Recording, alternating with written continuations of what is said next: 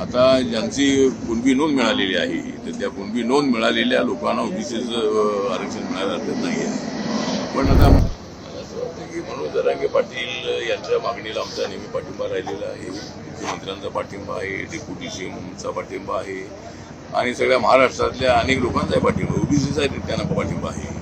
फक्त ओबीसीचं म्हणणं एवढंच आहे की आमच्या कोट्यातून त्यांना ते आरक्षण देऊ नका.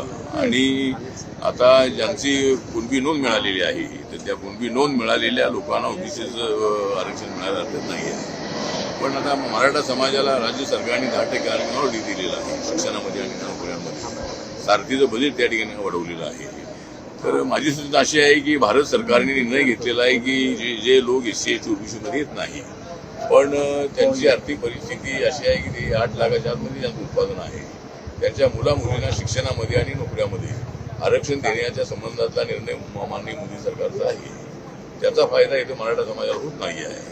तर तो फायदा त्यांना कसा मिळेल त्यासाठी राज्य सरकारने निर्णय जर घेतला तर मग मला असं वाटतं की जरांगे पाटील यांच्या जी मागणी आहे त्या मागणीला पूर्णपणे ती मागणी सार्थ होणार आहे.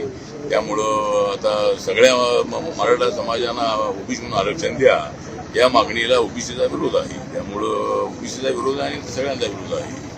त्यामुळं जे मराठा आहे ते सगळे मराठा ओबीसी आहेत अशा पद्धतीचा कुठला रिपोर्ट नाही. पण कुणबी जे ज्यांचं रेकॉर्डला आहे त्या लोकांना आरक्षण द्यायला काही हरकत नाही. विदर्भामध्ये मराठा कुणबी आहेत त्यांना आरक्षण मिळते किंवा कोकणामध्ये मराठा कुणबी आहेत त्यांना आरक्षण मिळते.